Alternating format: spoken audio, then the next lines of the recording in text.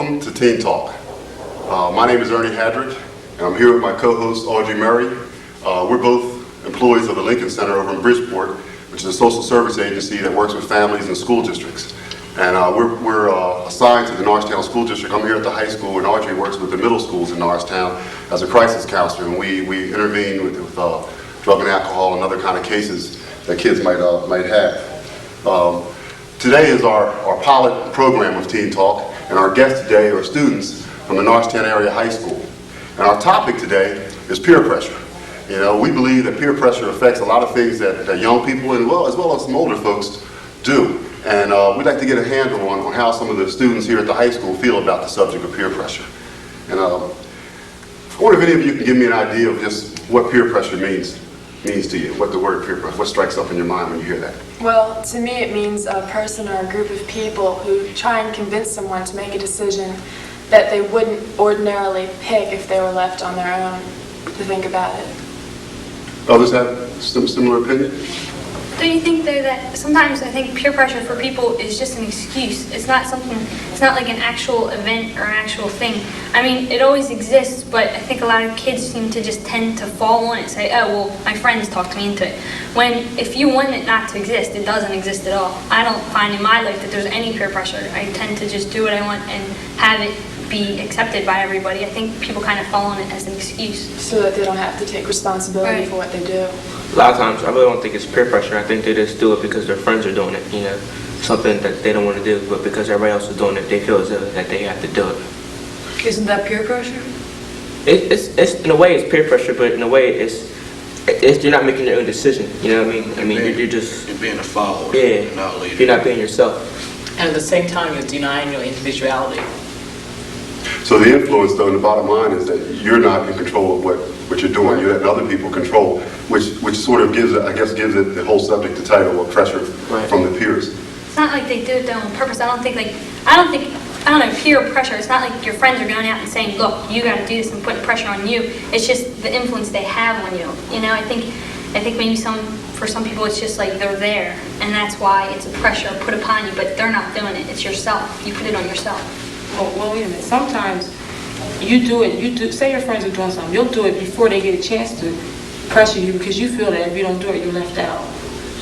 The pressure that doesn't even it's not even applied yet. You know, oh well, she's doing it, well, I'm gonna go do it. So they just do it before. One thing I was thinking about was how you have pressure that's physical, that's right there. If you're at a party or something, and the people are trying to encourage you maybe to do something. Then there's pressure that might not be, as you know, guys might have conversations off to the side about how they might want to act with a young lady, but yet when they're with that young lady, they still have that influence of that conversation with their friends. So it's like a mental kind of existence of pressure, which may be what you're hitting at. I'm not quite sure. But do people see that happening the way that Crystal described it? Yeah, a lot of times. Sometimes it's over-exaggerated. There's some people go overboard and, say, well, my friends told me to do this, and we were conversing with each other. And in the back of your mind, sometimes you over-exaggerate, peer pressure and do things, you're just not being yourself, What type of things, though? But you're being so general. Can you give a specific that maybe you were in or a friend was in where you saw that, well, they're just going along with it, they didn't really want to, or I just went along with it, I really didn't want to? Like maybe like in the summertime, like it might be like 90 degrees outside, and like you have 2 or 3 of your friends want to go swimming, but you just want to play basketball or something. You just go along with it because they want to do it, not because really you should just do what you want to do. Be your own person, be your own self. What's wrong with going along with your friends then? You might not want to do it. Yes. But it's totally up to the person. See, but like you were saying, like when you're at a party, I don't think there's peer pressure. It's what you want to do. When you're at a party, people do their own stuff. Nobody worry about what the other person's doing. One person might be drinking, one person might be smoking cigarettes or whatever. But you do what you want to do.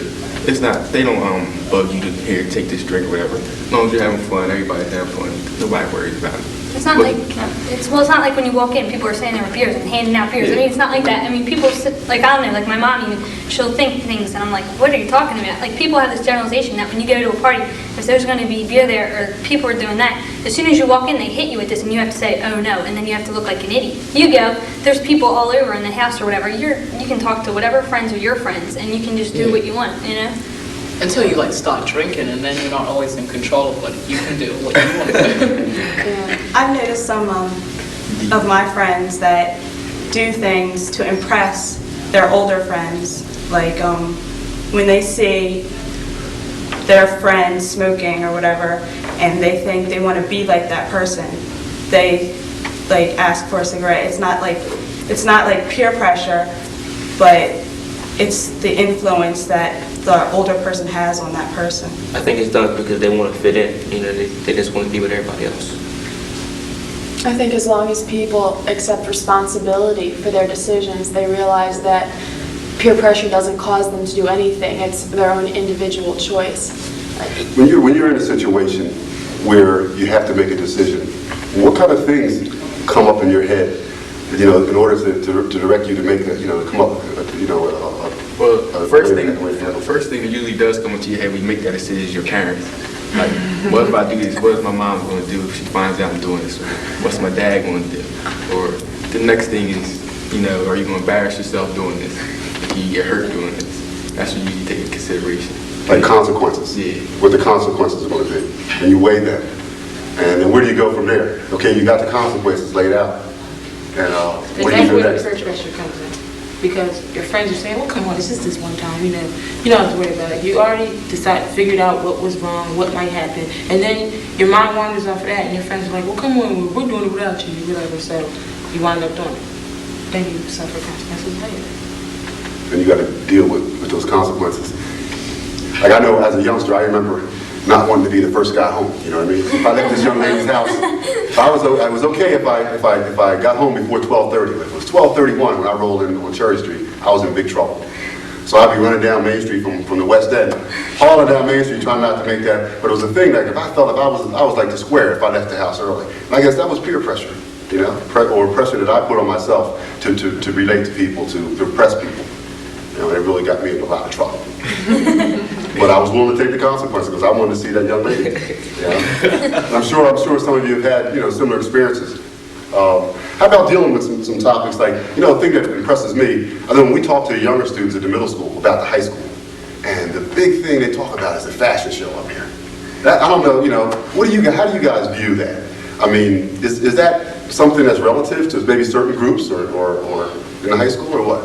I don't know. I guess it probably is, but I mean, I don't know, like I know myself, every day I dress totally different. You would think like, oh, well what's she? Is she a prep or wait, who's she hanging out with, skate kid? You know, it's just every day to me is a different day. I wake up, if I like something, I just put it on. And I don't think I dress to say, oh, well, I'll hang out with these people today, so I'll dress like that. I mean, it matters what you wear. You don't want to come into school looking like a slab service, like, dude, look at Tara, what she have on, you know?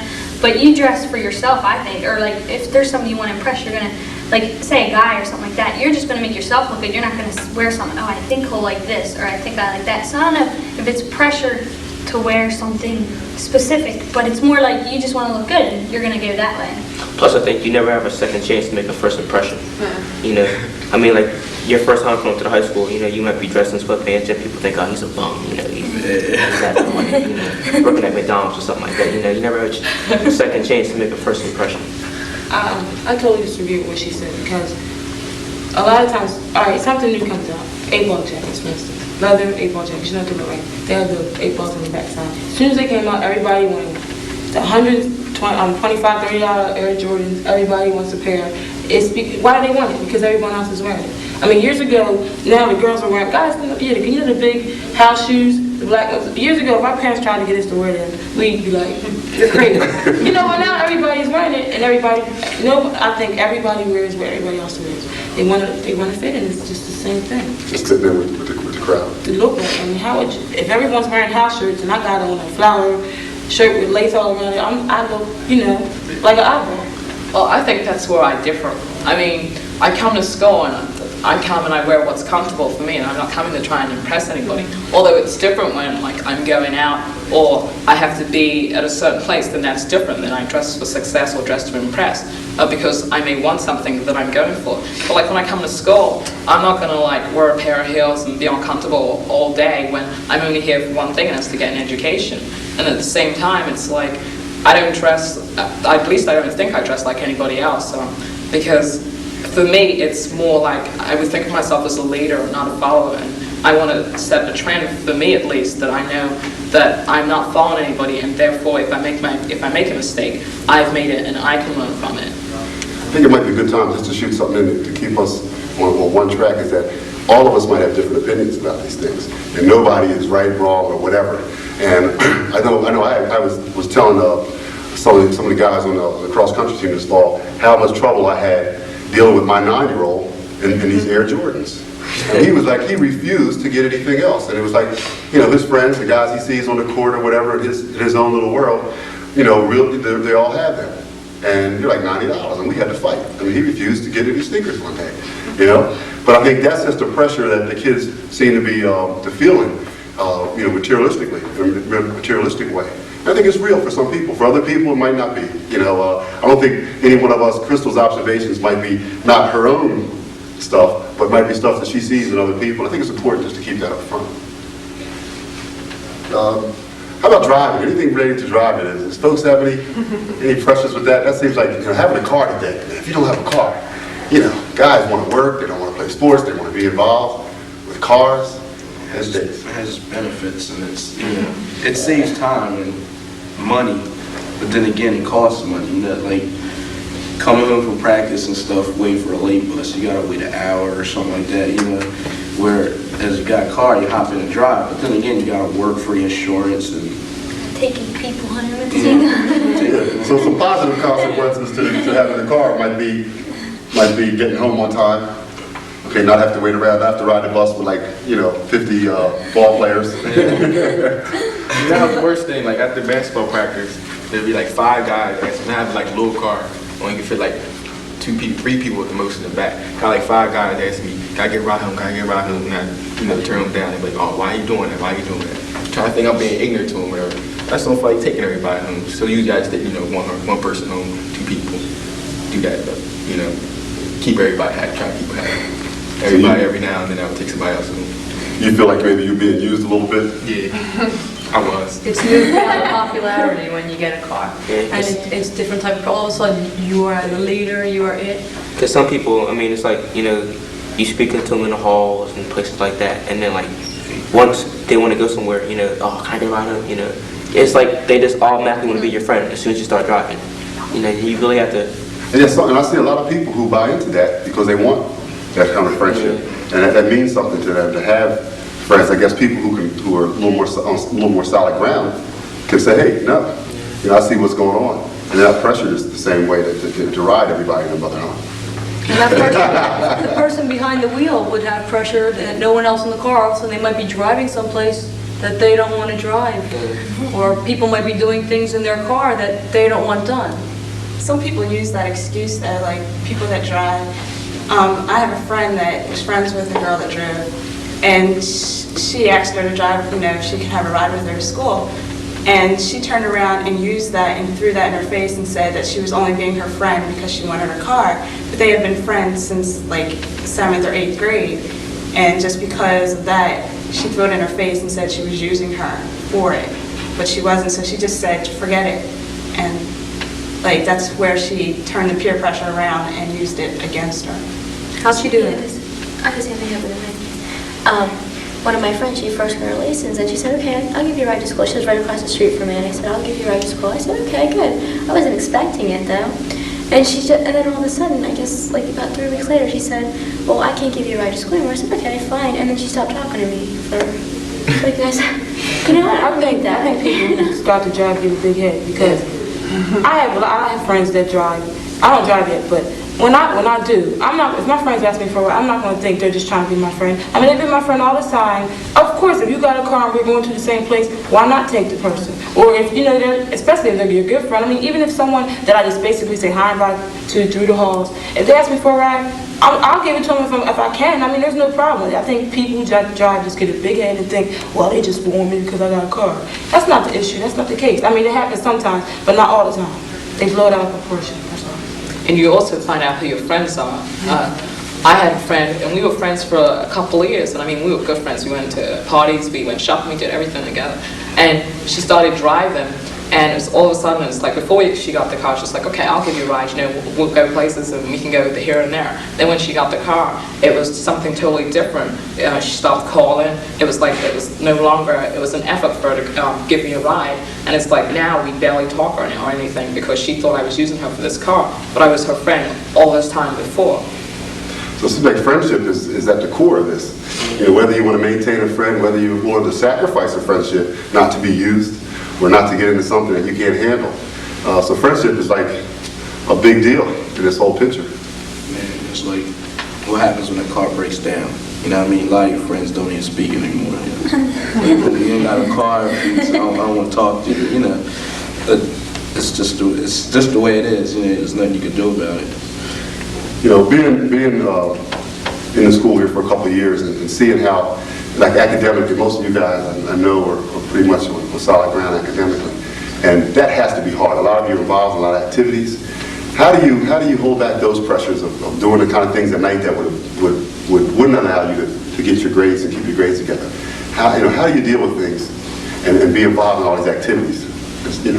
Things do come a bit harder when you playing sports. Like when I was playing my sport in the winter, like after practice or whatever, you come home and you be too tired to do all them books. So, I got to study hard tomorrow, or I'll wake up early and do a little something. But you go right to sleep, take a shower, whatever, go right to sleep.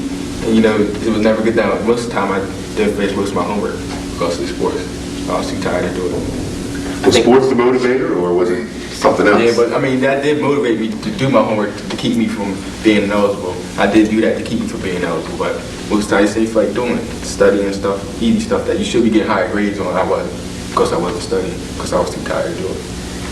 I think also you have to set goals for yourself too when you're involved in like extracurricular activities such as sports and clubs after school. Because you have to realize now, what you do now is only going to help you in the future, and you have to set goals and you have to reach those goals in order to be where the rest of your friends are. If not, you're going to be left behind. I've heard students talk about pressure from a lot of different sources to be involved in activities because it's the good thing to do. For college or whatever, it looks good on the resume. Is that something that people experience, or is that just a rumor? Yeah, my parents encourage me to get involved, so when college comes around, I'll be accepted, or maybe possibly get a scholarship. But there's some things that they want me to do, get involved in, and I don't want to.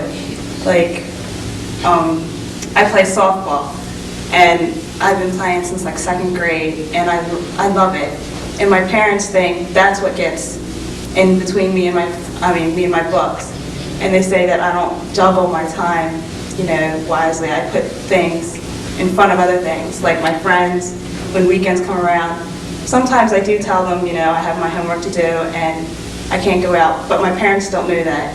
And they think whenever I do ask, they say that I never do my homework, or I'm always at softball practice or something, and they usually make me look like I'm the bad guy, but I do say no a lot that they don't know about. So there's parent pressure and peer pressure. Do they combat each other sometimes? Most of the time? Yeah, they're usually in direct contrast to each other mostly. Well, I hear that the peer pressure is with the car and not the good stuff, and the parent pressure is with the grades, and so what's going on here? I think as far as the parent pressure to get involved, it has its benefits and it also has its downfalls. But I think when they encourage you to get involved in clubs and play sports, you have to do what you want to do, what you have interest in, what makes you happy, not because what they want you to do.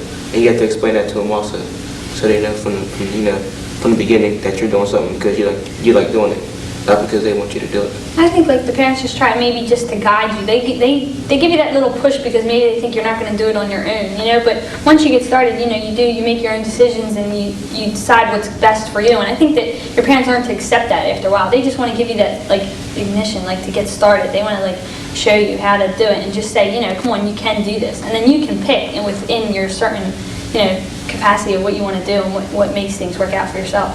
Although some parents don't give just a little push. I know for my mother, it's I have my own apartment on the weekends, and that's where I go, and that's where I find myself and my time. And if I listened to my mother, I wouldn't have done that. And if I listened to my mother with a lot of stuff, I wouldn't have done. And it's like my mother hasn't learned to draw the line yet about where it's okay to guide me and where it's overstepping the boundary of actually dictating my life. And it's like we get into conflicts there, and then I get a lot of pressure from her about who I can be friends with and who's good enough to be my friends. And then I have pressure from my dad, who has been removed from my life for a couple of years.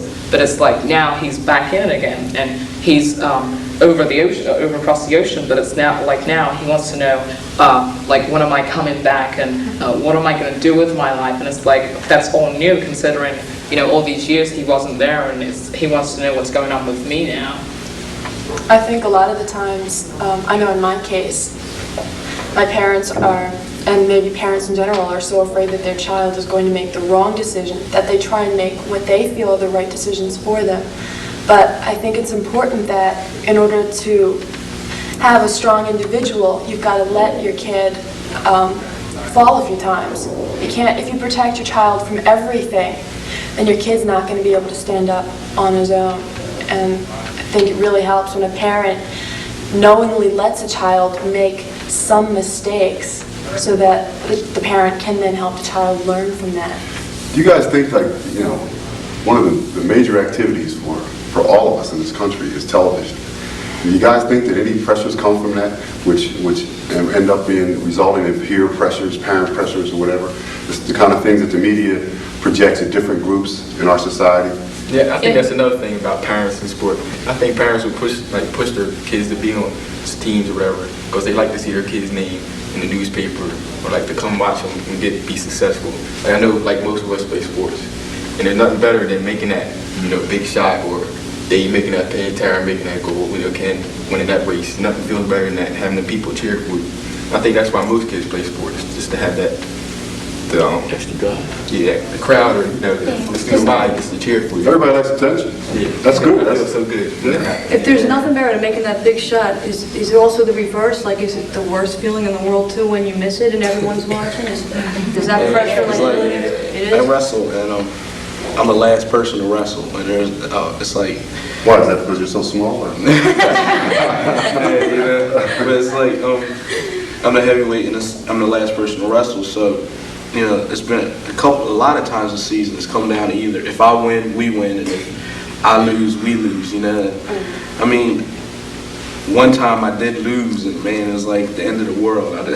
Well, but it really wasn't the end of the world. So what'd you do when you got home? How'd you deal with that?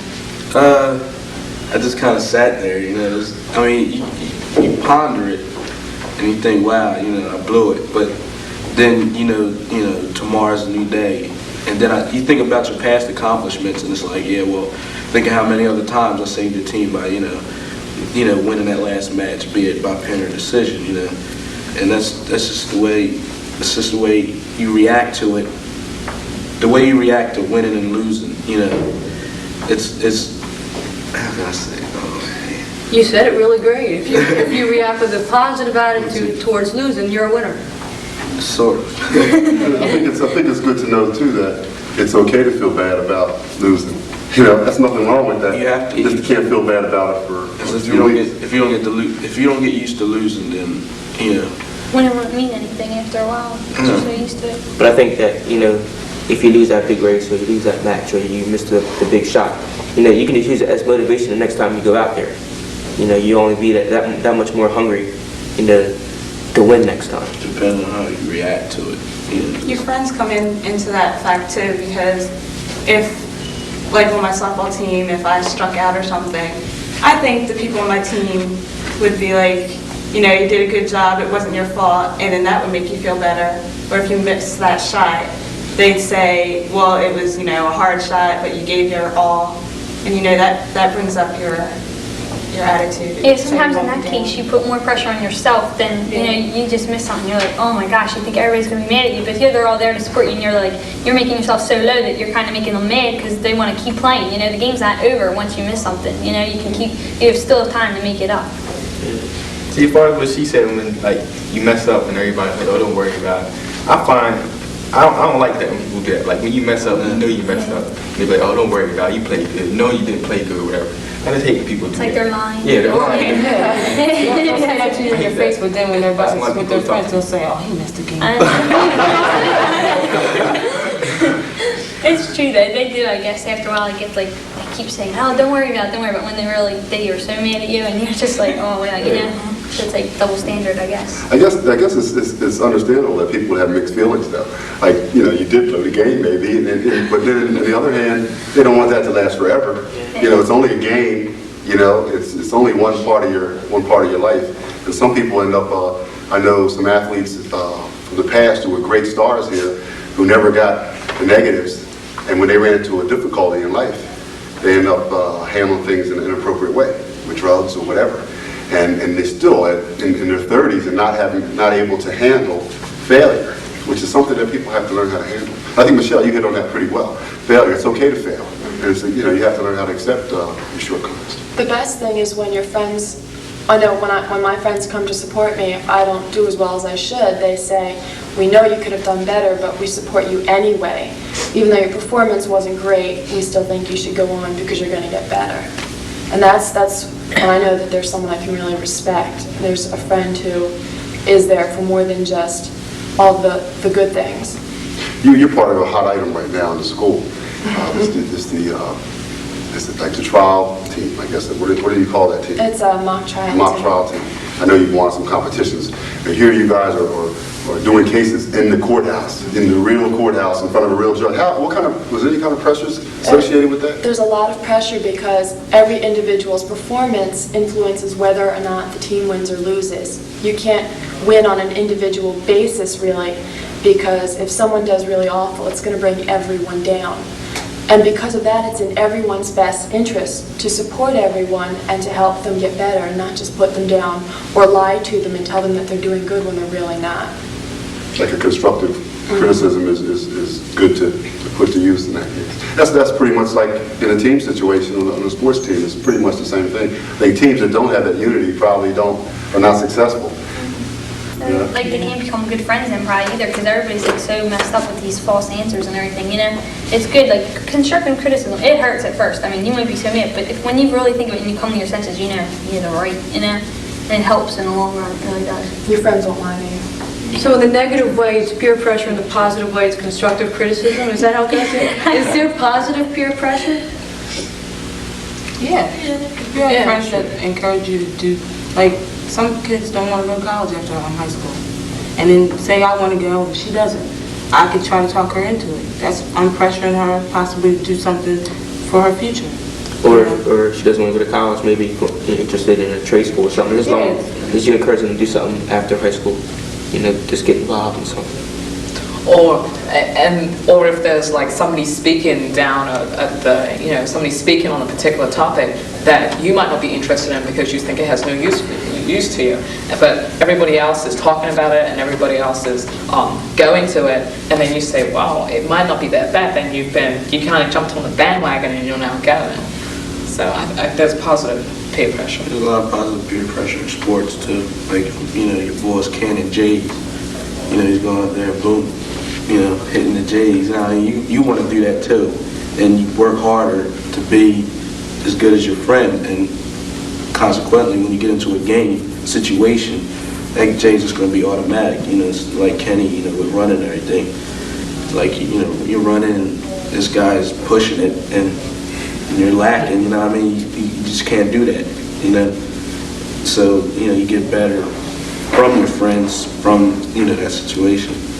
Some of you guys, you find yourself trying to be positive to others on a daily basis with your activities. Is that something that you're conscious of, or it just wings out there some days? I think some days it just happens, but there's times when you want others, you know, to take notice to what you're doing. You know, that you want to make an impact on them. You know, just so they have some kind of insight, you know, as to where you're going, and maybe they can follow, you know, your footsteps, you know, later on in life, or if not now. Sometimes you have some friends who will do the negative peer pressure and some friends who will do the positive peer pressure. Does that happen to you? You ever feel that anyway? Or see that happening with other people?